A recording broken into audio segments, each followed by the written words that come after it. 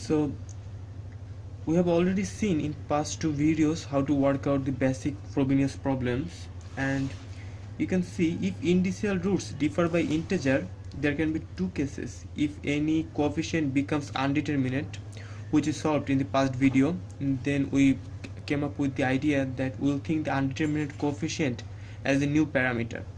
And if any coefficient becomes infinite, then the working rule is given here. In both the cases, you have to see that if the value of k for which the coefficient become undeterminate, or the value of k for which the coefficients become infinite, will be our point of interest. We will not use the other value of k, other initial root. So let's take our example here. This is a Bessel equation of order 1, and I've done the basic works here. I have come up with y, the solutions, the trial solutions, then determined y dash, then determined y double dash, and I have put in the ODE, and I have also done the indexing thing, which I think you all have learned how to do it in the past two videos. So now I will do the third task, that is put m equals to 0 and equate the coefficient of lowest powers of x. That means equate the coefficient of x to the power k apparently in here. So if I put m equals to 0, that turns out to be k minus 1 c naught plus k c naught minus c naught. This is in this here we cannot put m equals to 0 because the index starts from m equals to 2. So here we have put minus c naught, and that's equals to 0. And if we take c naught common and divide out, we find out k square minus k plus k minus 1 has to be equals to 0, or in other words, k has to be equals to plus minus 1. You see, one root is plus 1, another root is minus 1. So the roots differ by an integer.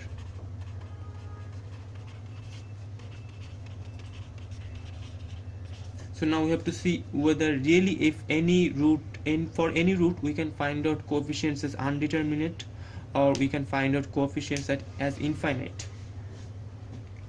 So let's calculate our recurrence relations. For recurrence relations, we have to equate the lowest generic powers of x. That makes x to the power n plus k, n plus k, n plus k, and that turns out to be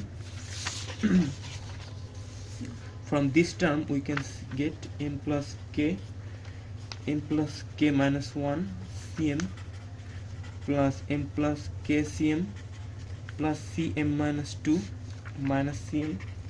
This thing have to equal to 0. If I take cm in common, I get m plus k minus 1 plus 1. That means m plus k whole square minus 1 and that has to equal minus cm minus 2. And if I put it, then I get minus cm minus 2, and if I expand it, m plus k plus 1, m plus k minus 1. That's just basic algebra I have done. Now from these recurrence relations, we cannot find out the value of c1, as this relation only works for m is greater than equal to 2. So we have to find out c1 value analytically, just as I described in the past two videos.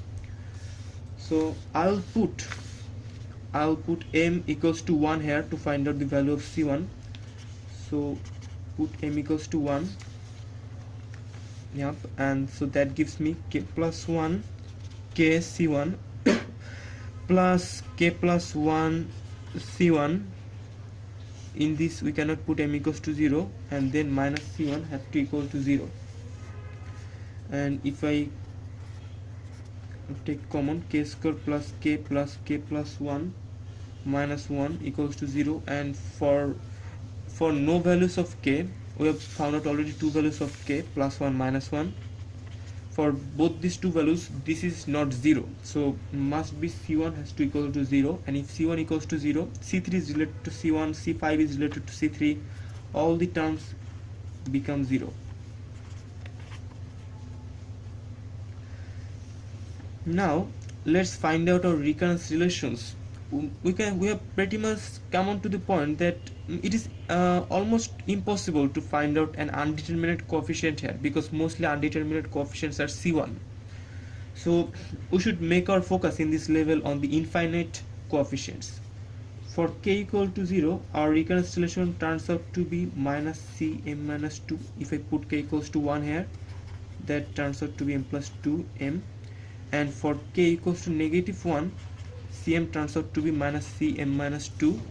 And if I divide and put k equals to minus 1, that turns out to be k minus 2. Now see, for this recurrence relation, no values of m, if you put m0, 2, 4, this coefficient can never be infinite, or in other words the denominator cannot never be 0. But in this case, for values of m equals to 2, sorry, this is m, for values of m equals to 2, the denominator becomes 0 and you get infinity. So k equals to minus 1 can produce me coefficients which are indeterminate, which are infinite. So this will be our point of interest initial root. So k minus 1 is our point of interest, and let's find out the generic forms of our recurrence relations. As you can find out in here, cm, if we put m equals to 2 here, that turns out c2 equals to minus c0 over k plus 3 and k minus 1. If I put m equals to 4 here, we already know c1, c3, c5 all are 0, minus c4 equals to c2 over k plus 5, sorry, k plus 1, k plus 5 and k plus 3. If we put m equals to 6, we find out c6 equals to minus c4 over k plus 7, k plus 5. Now our task, remember, the first task was to find out the factor that makes it infinite. The factor that really makes the coefficients infinite for the case k equals to minus 1 is this k plus 1. This k plus 1 makes the things infinite, because if c2 is infinite, c4 is also infinite. In terms of c0, it is plus c0 over k plus 1, k plus 3 square, k plus 5. I'm just substituting c2 value here, and I'll substitute c4 values here. So that makes c0 minus k plus 1, k plus 3 square, k plus 5 square and k plus 7. So you see, in all these coefficients, the factor that makes it infinite is equals to k plus 1. So we have to build a relation involving y and k and remove that factor by multiplication. That's our second process. So we have to build a relation. So y, as we know, equals to x to the power k, and then c0 plus c1x plus c2x square plus c3x cube plus c4x to the power 4 plus c5x to the power 5 plus c6x to the power 6, and go on. Remember, why we are interested to find out y as a function of k. c0 continues, c1 is 0, c2 value is minus c0 over k plus 3 and k plus 1, c4 and x square, and c4 value is plus c0 over k plus 1, k plus 3 square, k plus 5, x to the power 4, and go on like this. Remember, how can I avoid the factor? I will simply take c0 out before. Finally I will take c0 as common, 1 minus x square by k plus 3, k plus 1 plus x to the power 4 by k plus 1, k plus 3 square, k plus 5 minus dot dot. And remember what he said here, remove the factor by multiplication. So I will multiply all these terms by k plus 1, and c0 k plus 1 will give me another constant, suppose that's d0, as denoted in your book. So if I multiply in here k by k plus 1, that will be 1 times k plus 1, and in all the other terms the k plus 1 will vanish from your denominator.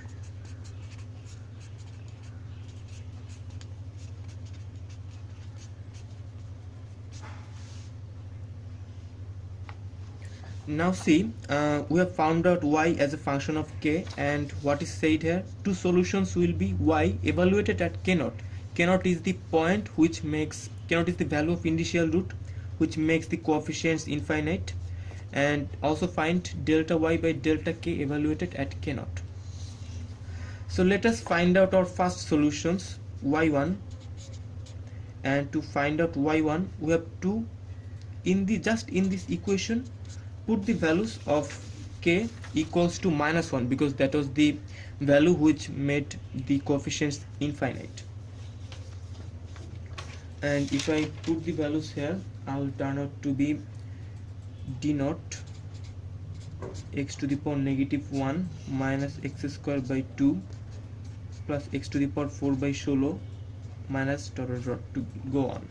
That will be our first solution. I'll simply red color it. And then to find out another solution, what is written in here, to find out another solution, evaluate delta y by delta k. So first let's take delta y by delta k. So we have found out our first solution. To find out our second solution, see what is written here, evaluate delta y by delta k at the point k0. K0 is the point where we get infinite coefficients. So this is the relation. I will evaluate it, delta y by delta k, and while evaluating it, you see there are two functions of x. I will first differentiate this. Differentiating this into function of k, differentiating this with respect to k will give me x to the power k log x, and hold the bracket things doesn't change. This is simply multiplication rule.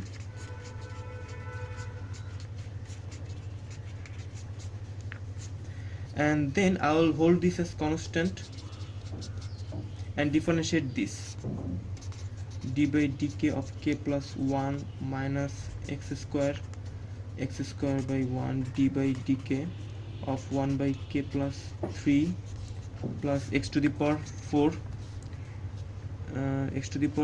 d by dk of 1 by k plus 3 square k plus 5 plus dot dot dot dot dot to go on.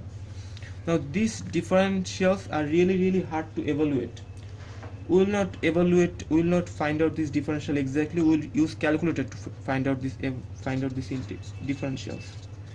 Now let us say evaluate that differential at the point of your interesting initial root. So I will evaluate this differential at the point k equals to -1, because that makes infinite coefficients.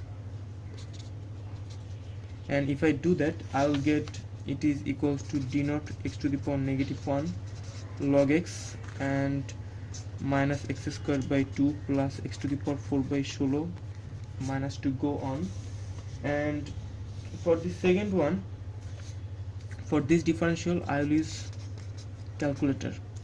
Simply see, differentiate x plus 1 where value is -1, so that becomes 1, this term becomes 1. Differentiate 1 by okay, so differentiate this 1 by x plus 3, and that becomes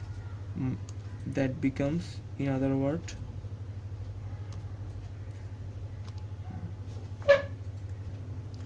okay, so I will continue the differentiation here and differentiate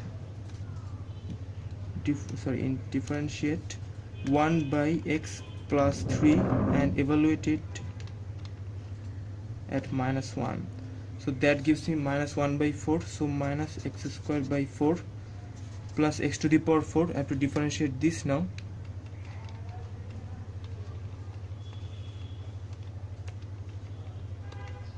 A square into x plus 5, and differentiation result comes out to be -5 by 64.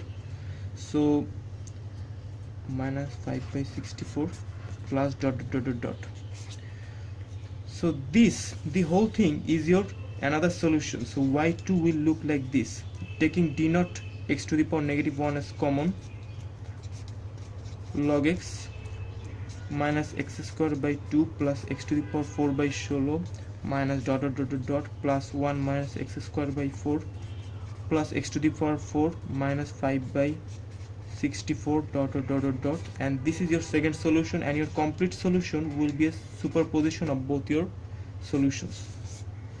So our complete solutions will simply be the sum of this plus sum of this, and that is the answer.